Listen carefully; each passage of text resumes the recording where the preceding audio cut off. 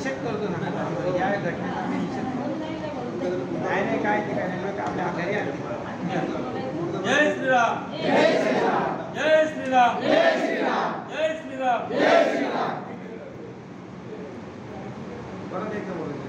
जय श्रीराम, जय श्रीराम, जय श्रीराम, जय श्रीराम.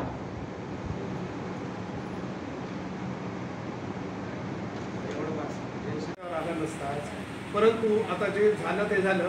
परंतु आम्ही जेव्हा आता नोव्हेंबरमध्ये ठाणे येथील असंख्य वारकरी पंढरपूर, आळंदी, देहू आणि त्र्यंबक या 4 वाऱ्या मोठ्या आनंदाने पार पाडतात.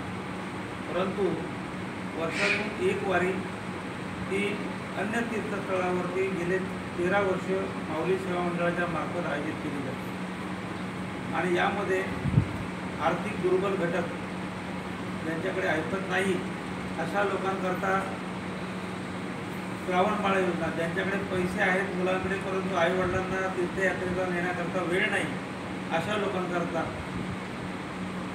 या माऊली सेवा मंडळातर्फे प्रतिवर्षी यात्रा आयोजित केली जाते.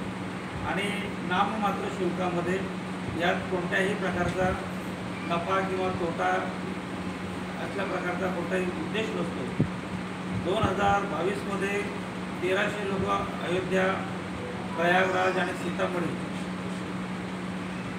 1300 लोकांची यात्रा जोरदार झाली.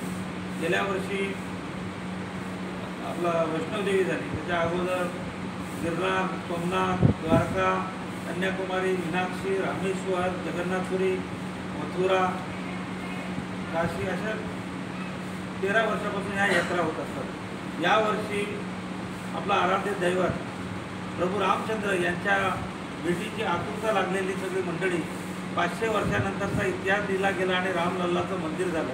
एक आकर्षण होतं. आम्ही तसे जातो नोव्हेंबर महिन्यात, परंतु उत्कंठा होती की आपल्याला लवकरात जाऊन यायचं. म्हणून जानेवारी महिन्यापासून आम्ही रेल्वेशी संपर्क केला.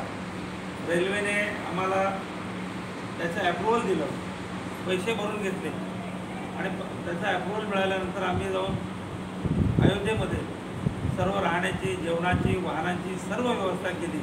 आणि अचानक 15 मेला 22 मेची यात्रा 15 मेला तुमची रेल्वे रद्द करण्यात येईल असे सांगितले.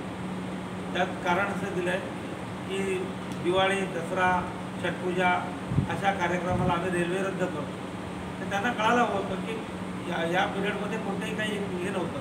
पण त्यांनी सांगितलं की आमच्याकडे निवडणुका आहे, निवडणुकांमुळे ऐन वेळी सांगितलं. तेच अगोदर सांगितलं असतं तर आमचं वारकऱ्यांचं मोठं आर्थिक नुकसान आणि मानसिक नुकसान नसतं. आता मानसिक आता कसं आहे, मुलांच्या शाळा चालू होणार आहेत, आता याच्या पुढे परत पावसाळा आहे, आता लगेचच्या लगेच काय होणं शक्य नाही आहे.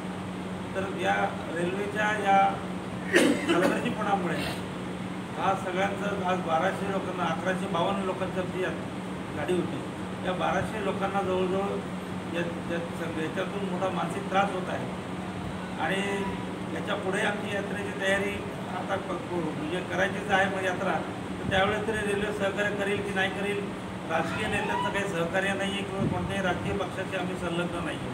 तरी यातून बोध घेऊन सर्व राजकीय पक्षांनी हा विचार करावा. ठाण्यात वारकरी आहेत आणि वारकऱ्यांच्या मनाला काही भावना आहेत आणि त्या जपण्यासाठी काही रेल्वे प्रशासनाकडून आम्हाला काही वेळच्या वेळी गाडी मिळण्याकरता जे प्रयत्न करायचे त्या सर्वच राजकीय पक्षांनी मदत करून वारकऱ्यांच्या भावना जाणून घेऊन वारकऱ्यांच्या हिताचं काम करावं अशी मंडळाची आणि सर्व वारकऱ्यांची अपेक्षा आहे. रेल्वेने समोर बघा. राहणार ठाणे आम्ही वारकरी संप्रदायाचे, आम्ही वारकरी लोक सगळे मध्यम वर्गातली. आम्ही असे बाबा आमची ट्रिप काढतात. 13 वर्ष झालं.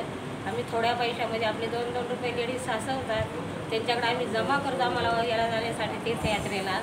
पण ही असे गव्हर्नमेंटची लोक आम्हाला आज उद्या करून रोज असं फसवतात.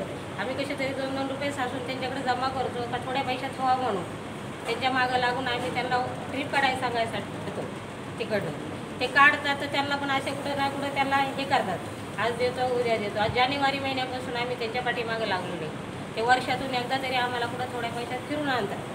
त्यामुळे आम्हाला पण समाधान वाटतं वारकरी लोकांना का आपलं थोड्या पैशात काहीतरी होतं आहे म्हणून आपलं आम्ही 2-2 रुपये कोणी भांडी घासायला जातं, कोणी शेतात काम करतं, बायका 2-2 रुपये सासून असे भरतात आणि त्याच्यात बी असं हे करतात ही लोक आम्हाला फसवतात. आता आम्हाला कामं लागली, आता कधी जाणार आम्ही? त्या लोकांनी आमची काहीतरी सोय करावं ना. आता एवढ्या 8 दिवसात त्यांनी सांगितलं 8 दिवसात गाडी दिली असती तर काय फरक पडत आता.